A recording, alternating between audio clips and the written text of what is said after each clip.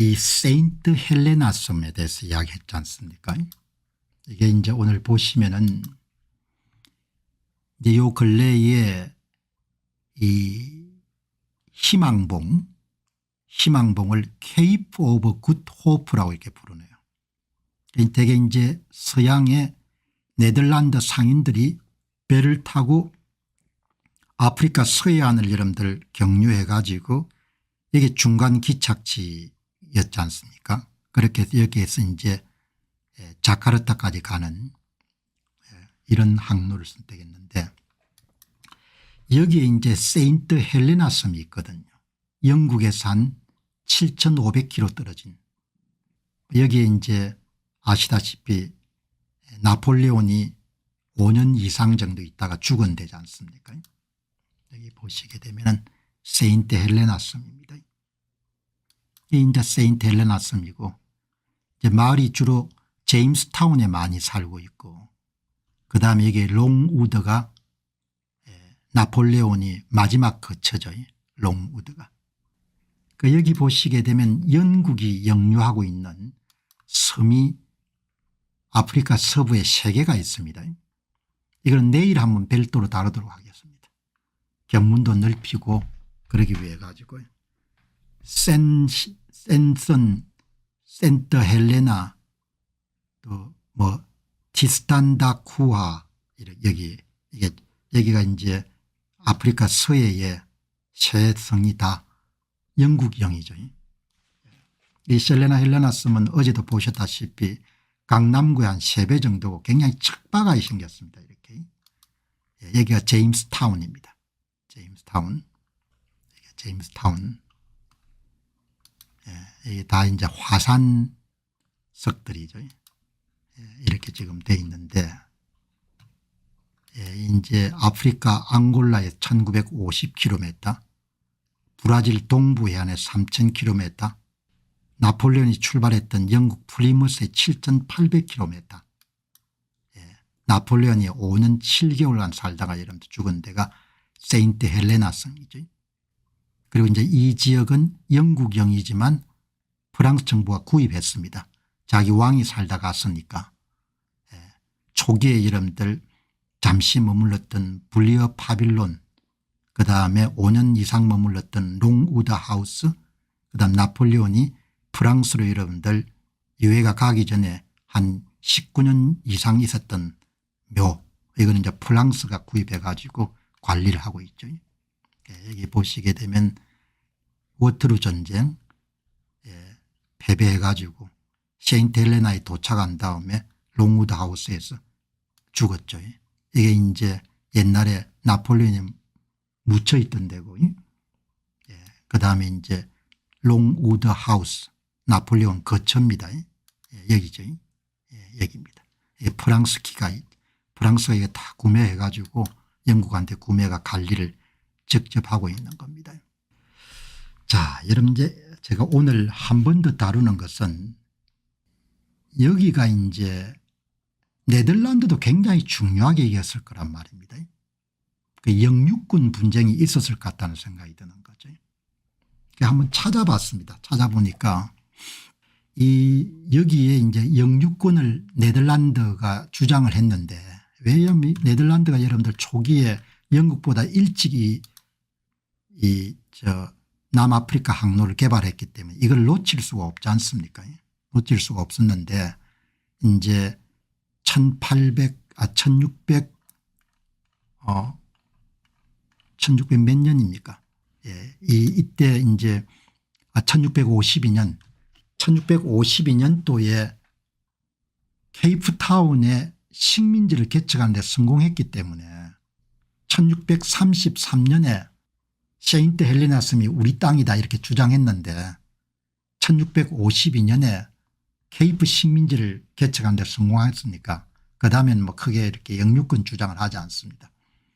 그래서 이제 1659년 영국의 동인도 회사가 세인트 헬레나에서 시료 지배를 시작하는 거죠. 제임스타운을 건설하고 실질적인 영국 지배가 시작됩니다. 그래서 지금까지 이제 영국 땅인 거죠. 세인트 헬레나 섬이. 그런데 영국 땅인데 그럼 여기에 프랑스기가 왜 있냐. 이곳은 이제 자기 왕과 관련된 거기 때문에 영국 정부 양해를 얻어가지고 구매를 한 겁니다. 사가지고 자기 왕이 마지막에 있었던 데는 자기들이 관리하겠다. 그리고 전체 땅은 1659년부터 영국이 이제 지배를 영국 동인도 회사가 지배를 하는 그런 된 겁니다. 여기가 여러분 역사가 참 오래 깊기 때문에 1633년에 네덜란드 동인도 회사가 영유권을 주장하는데 앞에서 말씀드린 대로 봤지 1652년에 당시에 33세 청년이었던 네덜란드 동인도 회사의 직원이었던 얀 반 리베크가 케이프 식민지를 건설하는 데 성공해 가지고 이 시점부터 세인트 헬레나 섬에 대한 그런 관심이 네덜란드가 멀어져 버린 거죠. 그렇지만 이제 또 영토 야심이 있어 가지고 한 번 또 침략합니다. 1673년 1월 달에 네덜란드 함대가 세인트 헬레나 섬을 기습 점령하고 일시적으로 지배를 했지만 4개월 후에 영국 해군과 동인도 회사가 섬을 재탄환해 가지고 그러니까 전략적으로 이 지역이 굉장히 중요한 겁니다. 이 지역이 여기가 세인트 헬레나 섬이. 그래서 오늘 방송을 여러분들 다루는 이유는 여기가 대항해 시대 때 엄청나게 중요한 전략적 요충지가 세인트 헬레나 섬하고 그다음에 케이프 식민지인 거죠. 지금의 케이프 타운. 이제 그때는 이제 뭐 케이프 타운은 이미 몇 번 다루었기 때문에 오늘은 세인트 헬레나 섬을 조금 더 다룹니다.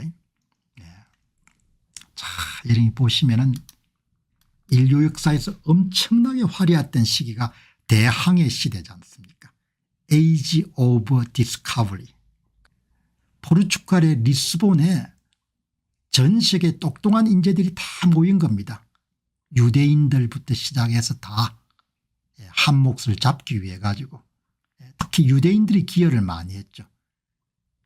천체 관측이라든지 지도 제작이라든지 이런 사람들이 지금의 포르투갈 리스본에 다 모인 겁니다. 한 시대를 보게 되면은 그 시대의 사람들이 으쌰 한번 해보자 도전해보자 이런 분위기가 만개해들 때 그 나라가 여러분들 번성하는 거죠. 한국 사회에서는 1960년 70년 80년대가 여러분 가장 꽃이 많이 폈던 데인 거죠. 한번 해보자 도전하자 미국 시장 개척하자 이런 거가 대항해 시대가 열리는 겁니다. 이때의 주역들이 지금의 포르투갈 스페인 화란 영국 프랑스가 각축을 벌리는 거죠. 대항해 시대 15세기 초에 17세기 중엽이고 초기에는 포르투갈하고 이런 스페인이 앞섰고 그다음에는 네덜란드하고 영국하고 프랑스와 여러분들 각축을 벌리다가 결국은 영국이 다 지배하는 그런 상황이 된 것. 1415년부터 시작해 1650년 1415년에 포르투갈의 세우타 정복도는 1492년 콜럼버스의 신대륙 도달을 대항해 시대의 시작점으로 보는 거죠. 여러분 이렇게 쫙 큰 시대를 보니까 얼마나 여러분들 대단합니까? 대항해 시대. 이런 분위기가 형성돼야 잘 살 수 있는 겁니다. 갖고 있는 것을 어떻게 나눠 먹을까 그렇게 하면 쪼그라들 수밖에 없는 거죠. 이제 대항해 시대의 주요 국가별 전성기는 우리가 봤던 화라는 1600년부터 한 1700년 정도네요. 여기서 이제 남아프리카 공화국을 식민지를 건설할 때가 1652년이니까 화란이 그다음에 영국이 1588년부터 1800년까지고 그다음 그 앞에는 이제 포르투갈하고 스페인 뭐 바스코 다가마라든지 이런 사람들이 포르투갈은 아프리카 해안 탐험 앙골라 모잠비크 그다음에 인도 항로를 개척했죠. 그래 포르투갈의 이런 식민 도시가 고야지 않습니까? 고야. 그다음에 스페인은 이제 남아메리카 대륙을 방해했고 이런 대항해 시대 3대 무역로가 있는데 유럽 아프리카 인도양 인도 동남아 자카르타, 중국까지 커버되는 거죠. 여기서 이제 네덜란드가 큰 역할을 하는 거죠. 그다음에 이제 유럽에서 아프리카를 거쳐 가지고 아메리카, 유럽으로 돌아오는 게 있고 대서양 항로죠. 그다음에 이제 이번에 여러분들 알게 됐는데 마닐라 갤리온이라 해가지고 멕시코의 아카포코로부터 필리핀의 마닐라까지 무역이 한 200년 이상 계속되네요. 조금 이따 한번 살펴보겠습니다. 이 개척자들, 탐험가들, 모험가들이 인류 역사를 만든 거죠. 가장 시작은 포르투갈 리스본이었는데 당시 스페인의 세비야도 굉장히 중요한 역할을 했죠. 스페인 제국이 막대한 은을 남아메리카 공화국 남아메리카로부터 이런 가져오는데 이게 세비야에서 이런들 배가 출발하고 여러분들 닿는 데가 이게 골든 타워죠. 지금도 남아있죠. 스페인의 세비야. 도시 전체가 여러분들 그냥 고적지지 않습니까? 이 대항해 시대 가장 중요한 무역로가 유럽, 아프리카 서해안, 그다음에 케이프타운, 그다음에 인도 고야 혹은 동남아시아 자카르타, 그다음에 중국의 마카오.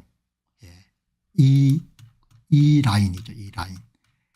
이게 여러분들 가장 중요한 여기 출발해 가지고 여러분들 서해안을 경유해 가지고 고야로 가거나 자카르타로 가거나 바타비아 자카르타죠. 여기서 이제 세인트 헬레나가 중간 기착지로 굉장히 중요한 역할을 한 겁니다.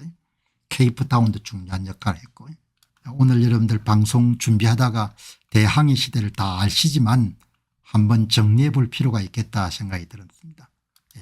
이 주로 이제 그 당시 수요가 많았던 이런 후추, 계피 이런 걸 되게 수입했지 않습니까? 이때 이름 타고 간 배가 이게 이제 스페인 사람들은 갤리언이라는 배를 탄 거죠. 이렇게 범선 갤리언. 배가 큰 배입니다. 한 100명 이상 정도 여러분들 이 갤리언이고 그다음에 이제 포르투갈이 여러분들 사용했던 배는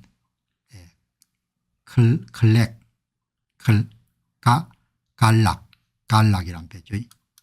여기도 이런 배지 않습니까? 이런 배를 다 탄 거죠. 자, 여기 이제 보시게 되면은 이 보시죠.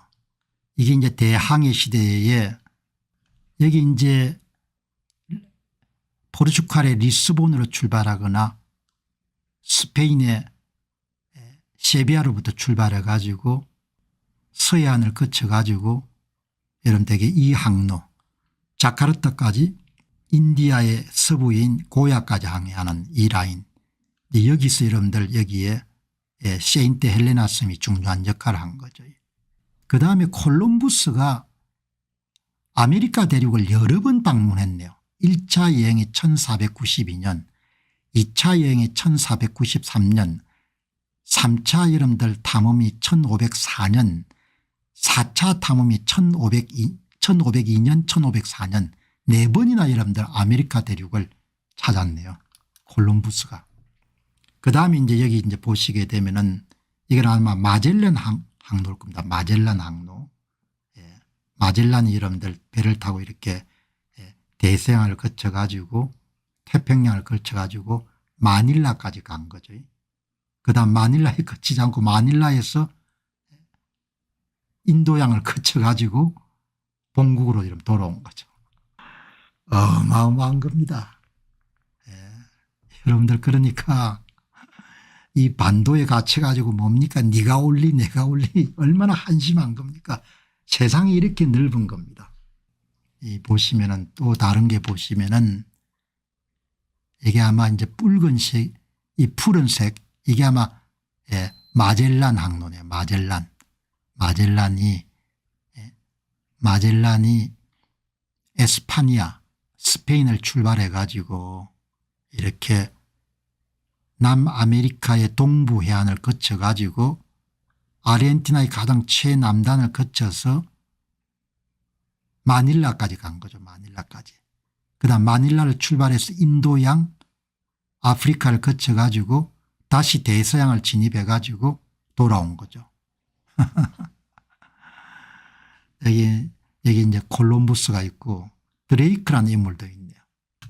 여러분 여기서 이제 참 흥미로운 것은 멕시코하고 이런 필리핀 사이에 태평양을 건너는 그런 무역이 250년간 계속됐네요.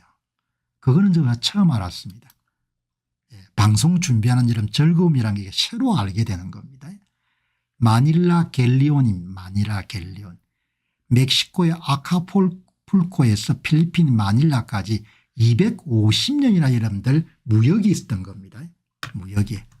엄청나지 않습니까? 무역이. 예?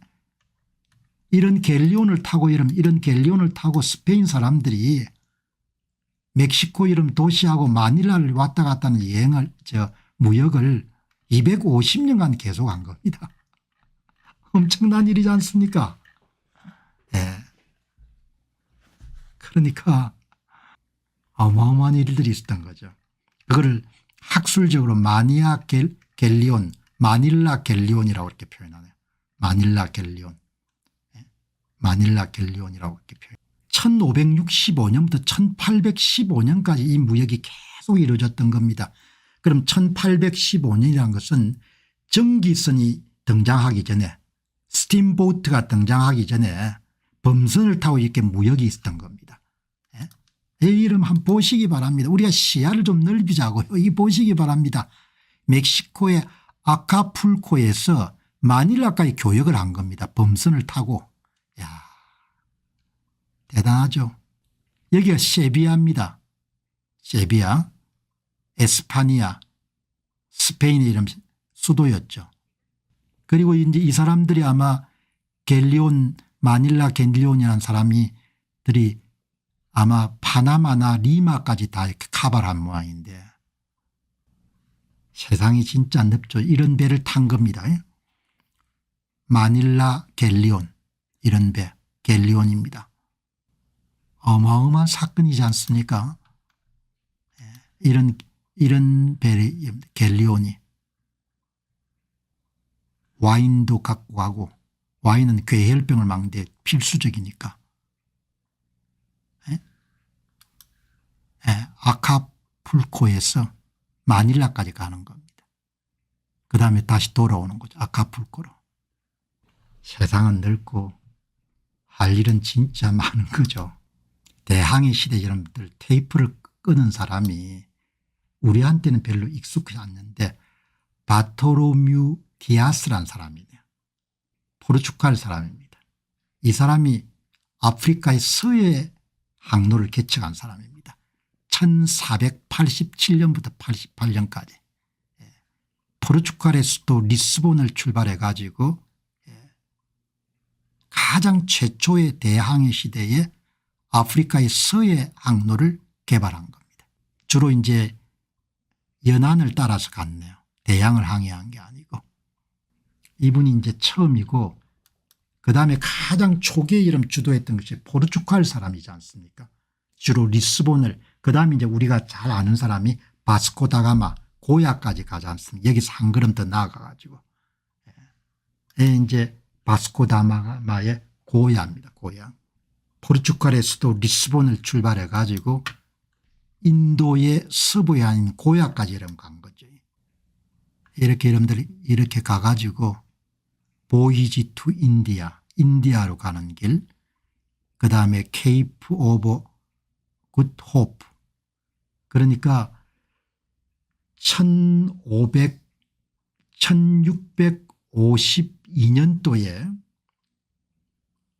얀반 리베크가 네덜란드 동인대 회사로서 케이프 식민지를 개척하기 전에 이미 바스코 다가마가 1497년도에 희망봉을 경유한 겁니다. 희망봉을 경유해 가지고 아프리카 동해안을 여러분들 따라 가지고 인도의 고야까지 간 겁니다. 이게 고야가 1496년 5월이네요. 1496년 5월에 고야에 도착한 다음에 1498년 2008년도 8월 달에 고야를 출발해 가지고 인도양을 거쳐서 아프리카의 동해안을 거쳐 가지고 여러분들 동해안을 거쳐서 아프리카 서해안을 거쳐 가지고 돌아온 겁니다. 역사물은 여러분 이렇게 흥미진진한 겁니다. 리스본 포르투갈의 1497년도 7월 달에 그런 항로가 시작이 됐네요. 그 다음에 1499년도에 9월 달에 돌아왔네요. 바스코다가마 우리 역사 속에 잠시 배웠죠. 다 이름은 들어본 분이지만 한 번 더 이름들 지켜보도록 그렇게 하겠습니다. 그 다음에 이제 이 사람이 이름 페르디난도 마젤란인 겁니다. 스페인의 세비야를 출발해 가지고 대서양을 거쳐서 남아메리카 공화국의 최하단을 여러분들 거쳐 가지고 태평양을 진출해서 마닐라로 가 가지고 마닐라에서 여러분들 인도양을 거쳐서 아프리카의 동해안을 거쳐서 희망봉을 거쳐 가지고 대서양을 이름 진출한 다음에 다시 여러분들 본인이 출발했던 스페인의 세비야까지 간 마젤란인 겁니다. 오시기 바랍니다. 여기 출발해 가지고 이렇게 여러분들 거쳐 가지고 태평양을 진출한 다음에 필리핀 여러분들 마닐라에 도착했다가 이게 1521년 4월 27일에 죽었네요. 그 다음에 다시 여러분들 이렇게 스페인으로 돌아왔네. 마젤란이 죽은 것도 어떻게 죽은지 한번 살펴봐야겠네. 여기 보시기 바랍니다. 여기 보시기 바랍니다. 크리스토퍼 콜럼부스 하버드에서 출발한 여러분들 극단적 인종주의가 콜럼부스 때문에 우리가 망했다 이렇게 해서 콜럼부스 여러분들 동장소 끌어내리고 야단이지 않습니까? 크리스토퍼 콜럼부스 4차례 여러분들 탐험을 했네요. 4차례. 4차례. 주로 이제 서인도 제도나 이런 데를 왔던 모양입니다. 1492년도 이게 첫 번째 항해고 그 다음에 여러분들 이게 4차례 1차 항해 그 다음에 2차 항해 3차 항해 4차 항해 4번이나 여러분들 4번 온 거는 또 처음 알았네요. 그러니까 여러분 조금 지겨우신 분도 계시겠지만 세계 역사 공부한다고 생각하시고 제가 계속 탐구를 해봐야겠어요. 탐험가들 이렇게 개척 정신을 가진 사람들이 시대를 연구고 그 시대 분위기가 이렇게 여러분들 스페인 세비야가 여러분들 항구도시죠. 항구도시고 지금도 아주 한번 가볼 만한 아주 멋진 데죠. 안녕하십니까, 공병호입니다. 그동안 공병호TV는 선거 공정성 회복과 자유민주주의 체제의 보존과 발전을 위해 노력해왔습니다. 이런 노력들이 지속될 수 있도록 공병호TV의 정기 후원 프로그램이자 멤버십 프로그램을 소개해드립니다. 뜻 있는 분들의 관심과 동참을 부탁드립니다. 선거 공정성 회복을 위한 노력을 지지하시고 훌륭한 나라 만들기에 동참하시는 시청자분들이시라면 구독 버튼 바로 옆에 있는 가입 버튼을 통해서 정기 후원 프로그램에 가입할 수 있습니다. 가입 버튼을 누르시면 공병호TV의 후원자가 되시게 됩니다. 여러분의 후원이 선거 공정성 회복을 위한 노력에 힘을 더할 수 있을 뿐만 아니라 자유민주주의 체제의 수호를 그리고 발전을 통해 여러분과 후손들의 삶에 빛과 소금이 될 것입니다. 특히 그동안 공병호TV는 선거 공정성 회복을 위한 노력 과정에서 채널 성장에 제약이 가해지는 불이익을 감수해왔고 지금도 그런 불이익이 계속되고 있습니다. 그럼에도 불구하고 너무나 중대한 문제이기 때문에 공병호TV의 노력은 계속될 것입니다. 여러분의 깊은 관심을 부탁드립니다. 감사합니다.